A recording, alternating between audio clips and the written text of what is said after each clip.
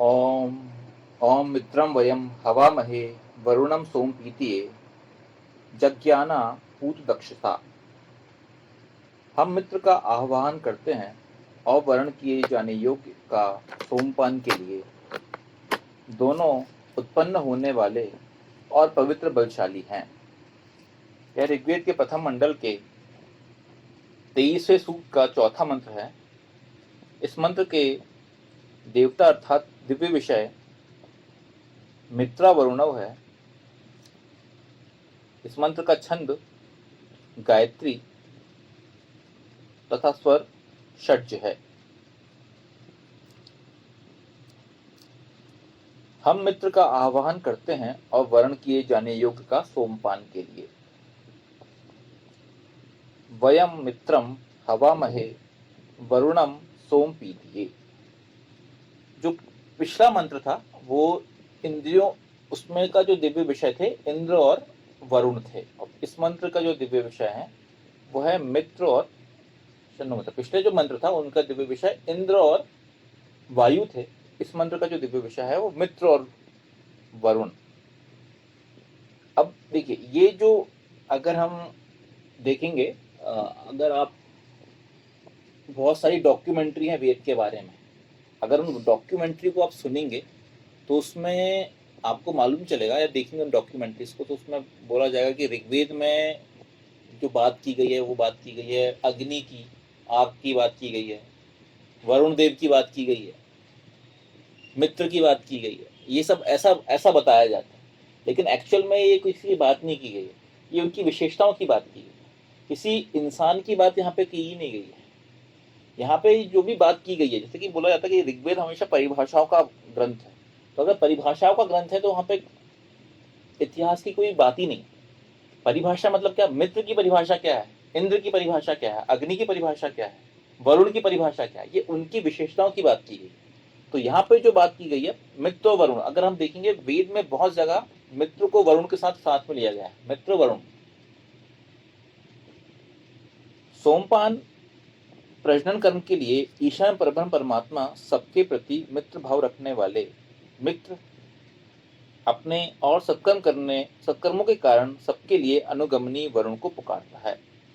अब यहाँ पे ये बोला गया है कि ईशान परब्रह्म परमात्मा सोमपान प्रजनन कर्म के लिए मतलब जो विवाह के लिए मित्र को और सत्कर्म करने के कारण सबके लिए अनुगमनी वरुण को पुकारता है। औरतों से विवाह और संतानोत्पत्ति के लिए ईशान की वेद की दृष्टि में हर कोई अधिकृत नहीं है। ये जो बात है, अगर मित्र की, वरुण की ये सब बातें की जाए या विवाह की बात की जाए, सोम की बात की जाए, ये इतने ज्यादा बार रिपीट किया गया है इस चीज को कि आप बोलेंगे कि भाई साहब ये क्या मतलब, ये किस तरीके से? क्योंकि ये इसलिए रिपीटेशन किया गया है क्योंकि ये क्लियरली दिमाग में लोगों के बैठ जाए। जब भी विवाह की बात आए तो सबसे पहला इंपॉर्टेंट ये हो जाए कि भाई सुकृत इंसान अच्छा होना चाहिए, क्योंकि सोम जहां पे भी आ गया तो वहां पे सुसंस्कृत सोम की बात की जाती है। सोम मतलब ऐसा नहीं कि भाई किसी का भी विवाह हो जाए, कुछ भी नहीं। विवाह मतलब क्लियर कट है कि भाई विवाह मतलब, क्योंकि देखिए यहाँ पे वेद हमेशा क्लियरली जड़ों पे वार करने, जड़ों को चेंज के थ्रू ही चेंज करने की बात करता है। आप सोचोगे कि इस दुनिया में जितनी सारी परेशानियां, प्रॉब्लम है, उनका सॉल्यूशन आप पैसे खर्च करके और बहुत बड़ी बड़ी स्कीम्स बना के आप कर लोगे, या एक बहुत बड़ा ऐसा तंत्र जिसमें कि लोगों को आप पनिशमेंट देके या लोगों को प्रोत्साहन देके इनसे आप प्रॉब्लम सॉल्व कर लोगे, तो ये बिल्कुल असंभव है, नहीं हो सकता। क्योंकि ये करते आए हैं, ये करता चला जा रहा है, बहुत ज़्यादा पैसा खर्च हुआ है, ये सब चीज़ें हुई, लेकिन बहुत सारी जो मूलभूत परेशानियां हैं उनको आज तक सॉल्व नहीं कर पाए हैं लोग। क्यों नहीं कर पाए? क्योंकि वो कभी भी इस चीज़ को डिटेल में उसकी प्रॉब्लम को समझने की कोशिश ही नहीं करें। अगर कोई वेद पढ़ेगा, वेद को समझेगा, तो उसमें क्लियरली बता दिया गया है कि भाई विवाह हर किसी के लिए उसका अधिकार नहीं है। विवाह का अधिकार, औरत से विवाह का अधिकार सिर्फ और सिर्फ सुकृत को। तो यहाँ पे ईशान ने ये बोला है कि मित्र और वरुण को पुकारते हैं सोमपान के लिए।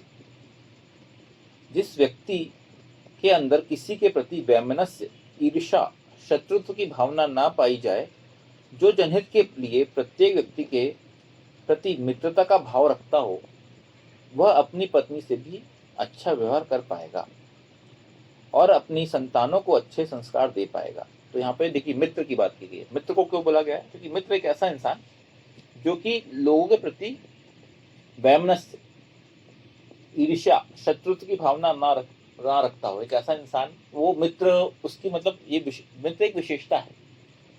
एक ऐसा इंसान जो कि लोगों के प्रति मित्रत्व का भाव रखता है, लोगों के प्रति वैमन, उसको किसी भी चीज का, किसी भी तरह का लोगों के प्रति ईर्ष्या नहीं है, कोई शत्रुता का उसके अंदर कोई भाव नहीं है।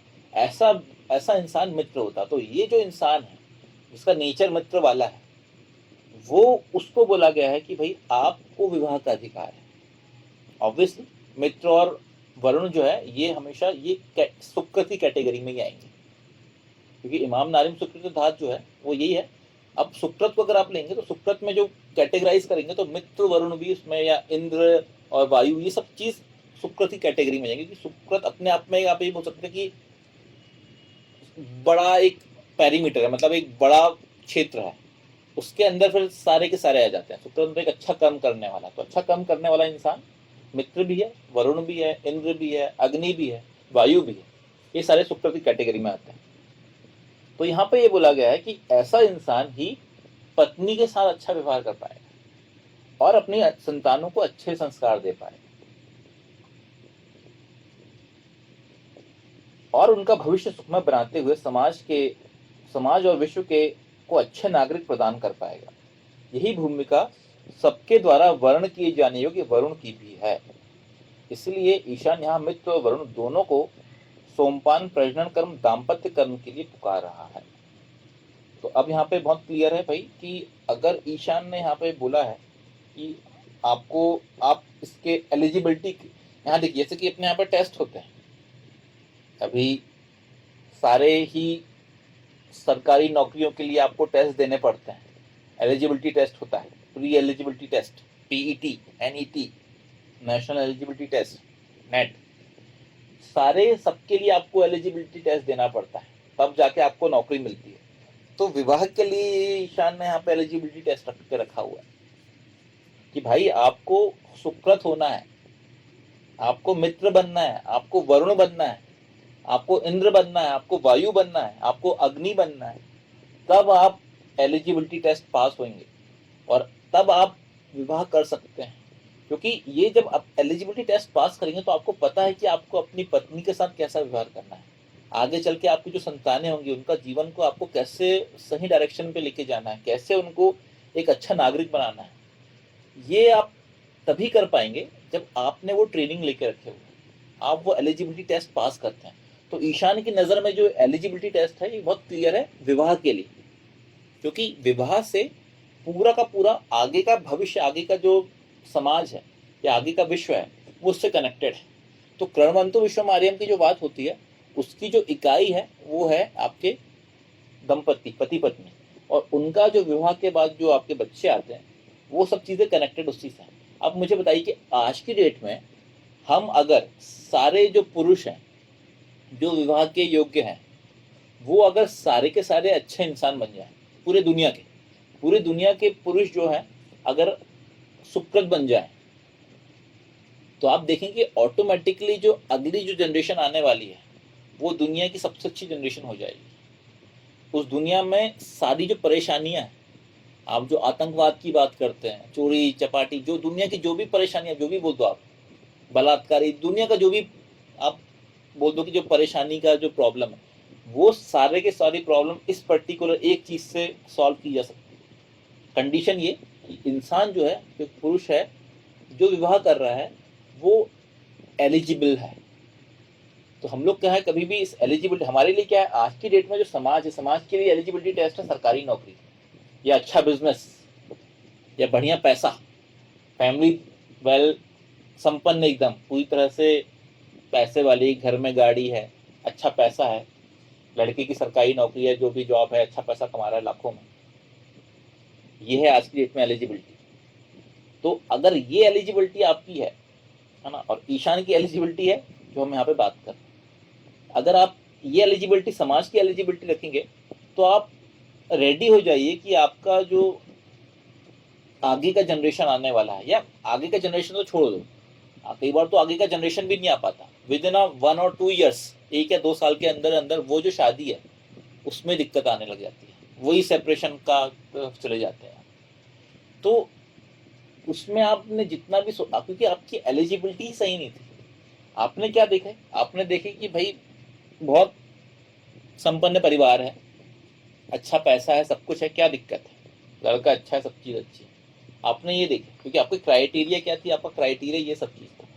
तो अगर ये क्राइटेरिया ना देख के आप ये क्राइटेरिया देखें कि लड़का, अगर वो जो पुरुष है वो एक अच्छा इंसान है, तो सिंपल सी क्राइटेरिया अगर आप देख के उसमें आप करेंगे, तो ये वेद, देखिए ये वेद के जो नियम है ऑटोमेटिकली हर जगह इन्वॉल्व है, हर जगह लाइफ में चल रहे हैं।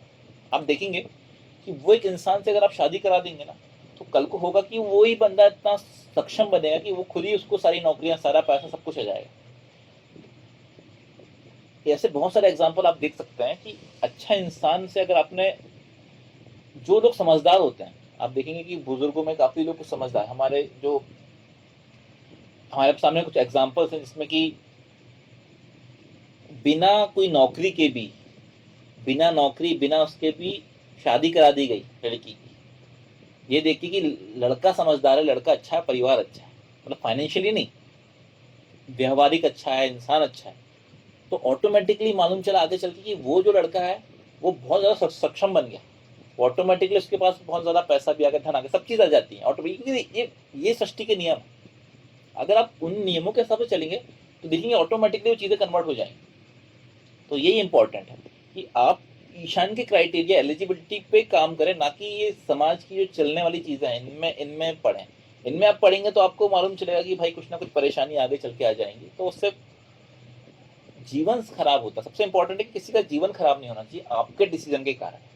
आपका डिसीजन बहुत इंपॉर्टेंट है, तो उसके लिए हमें बात की जाती है कि वेद को आप दिन में 2 बार उसको रिवीजन करें, मॉर्निंग में ब्रह्म स्तवन करें, शाम को विष्णु स्तवन करें, इसमें वेद को पढ़ें।